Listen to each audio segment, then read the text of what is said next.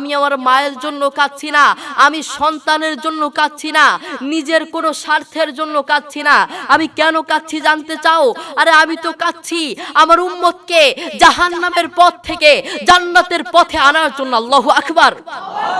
দেখেছেন উম্মতের প্রতি কত টান, কত মায়া। আলহামদুলিল্লাহি ওয়াহদাহু লা শারীকা লা ওয়াসসালাতু ওয়াসসালামু আলা মান লা নাবিয়্যা বা'দা আম্মা বা'দ।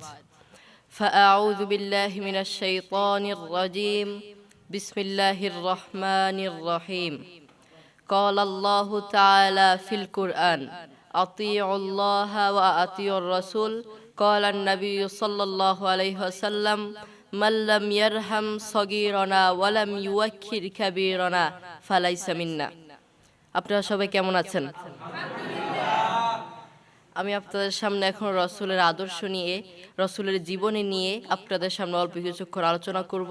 আপনারা সবাই মনোযোগ দিয়ে শুনবেন ইনশাআল্লাহ।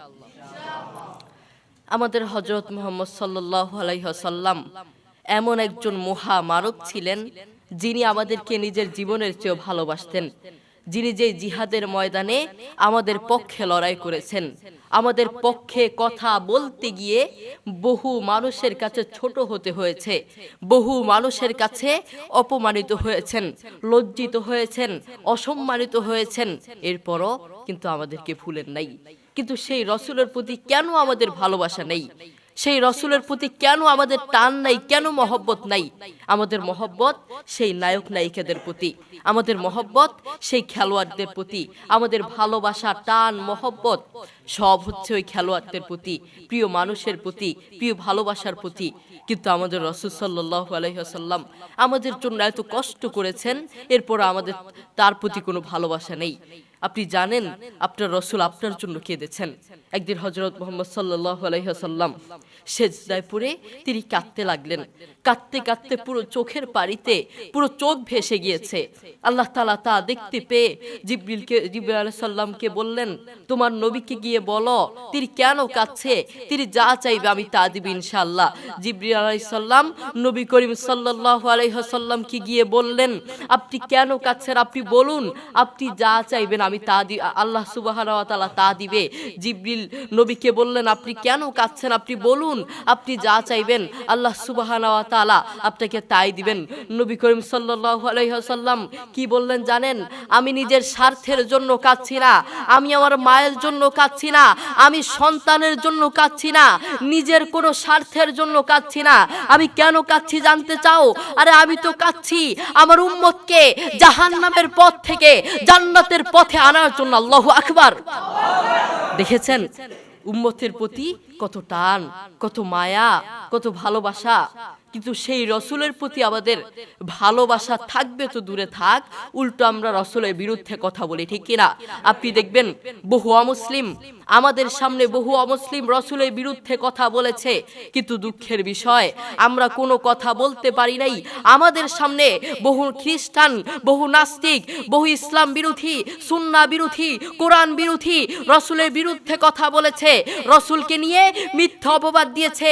দুঃখের বিষয় আমরা চুপ ছিলাম, কিন্তু আমরা এখন শুনিয়ে দিতে চাই পরিষ্কার ভাষায়, আমরা বলে দিতে চাই, এখন যদি কেউ রসুলের বিরুদ্ধে কথা বলে, নবীকে নিয়ে কটূক্তি করার চেষ্টা করে, কোরআনের বিরুদ্ধে কথা বলে, সুন্নাহর বিরুদ্ধে কথা বলে, আমরা কিন্তু চুপ থাকবো না, আমরা তাদের বিরুদ্ধে প্রতিবাদ করব, ঠিক কিনা? রাজি আছি ইনশাআল্লাহ? আমরা সবাই নবীর নামে কটূক্তি করা হলে আমরা সবাই প্রতিবাদ করব, রাজি আছি ইনশাআল্লাহ? আমরা তাদের বিরুদ্ধে প্রতিবাদ করব যারা রসুলকে নিয়ে মিথ্যা অপবাদ দিবে।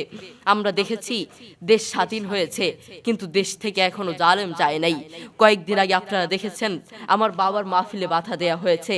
শুধু আমার বাবা না, বাংলাদেশে বহু আলেমের মাহফিলে বাধা দেয়া হয়, বহু শিল্পীদের মাহফিলে বাধা দেয়া হয়, বহু বক্তাদের মাহফিলে বাধা দেয়া হয়, বহু বক্তাদেরকে আঘাত করা হয়, অপমানিত করা হয়।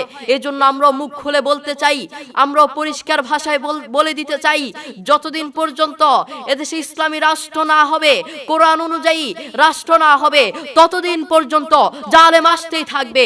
এই জন্য এদেশে কোরআন অনুযায়ী দেশ পরিচালনা করতে হবে, সুন্নাহ অনুযায়ী দেশ পরিচালনা করতে হবে, ইসলাম অনুযায়ী দেশ পরিচালনা করতে হবে। আমরা চাই কি চাই না? আমরা সবাই চাই এদেশে ইসলাম অনুযায়ী দেশ পরিচালনা করক। আমরা দেশে আরেকটা পরিবর্তন চাই, আমরা সবাই আরেকটা পরিবর্তন দেখতে চাই। সেই পরিবর্তনটা হচ্ছে এদেশে স্কুল কলেজ ভার্সিটিগুলোতে নবীর সুন্নাহ বাধ্যতামূলক করতে হবে। এদেশে স্কুল কলেজ ভার্সিটিগুলোতে কলেজগুলোতে নবীর সুন্নাহ বাধ্যতামূলক করতে হবে, কোরআন বাধ্যতামূলক করতে হবে, ইসলাম বাধ্যতামূলক করতে হবে।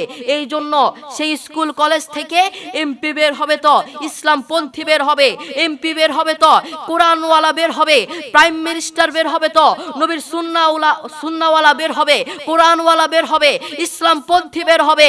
আর কোন জালেম বের হতে পারবে না, আর কোন বেঈমান বের হতে পারবে না। ঠিক কি না? আমরা চাই কি চাই না? কারা কারা চাই দুই হাত তুলে দেখাও। ইনশাল্লাহ আমরা এদেশে নবীর সুন্নাহ অনুযায়ী এদেশে দেশ পরিচালনা করব ইনশাল্লাহ। আপনি দেখেন আমরা প্রতিটা ক্ষেত্রে প্রতিটা সেকেন্ডে নবীর সুন্নাহগুলোকে আমরা বয়কট করে যাচ্ছি, নবীর সুন্নাহগুলোকে আমরা বয়কট করে যাচ্ছি। আমাদের হযরত মুহাম্মদ সাল্লাল্লাহু আলাইহি ওয়াসাল্লাম তিনি বলেছেন, মাল্লাম ইয়ারহাম সগীরানা ওয়ালাম ইউয়াক্কির কাবীরানা ফালাইসা মিন্না। তোমরা ছোটদেরকে স্নেহ করো এবং বড়দেরকে সম্মান করো। কিন্তু আমাদের দেশে দেখুন আমরা ছোটদেরকে স্নেহ করতে জানি না, আমরা বড়দেরকে সম্মান করতে জানি না। একজন বক্তা তিনি কথার প্রসঙ্গে বলেছেন, মুরব্বি মুরব্বি উহু উহু। যেহেতু এটা এখনো ফেসবুকে প্রচলিত নাই, তবুও আমি আমার পক্ষ থেকে বলতে চাই, ভাই আপনি একজন মুরব্বিকে আপনি চেতিয়ে আপনি তিরস্কার করে বলছেন মুরব্বি মুরব্বি উহু উহু। সে আপনার দিকে তাকিয়ে হাসছে, কিন্তু আসলে সে আপনার দিকে তাকিয়ে হাসছে, কিন্তু আসলে সে আপনাকে বদদুয়া দিয়ে যাচ্ছে।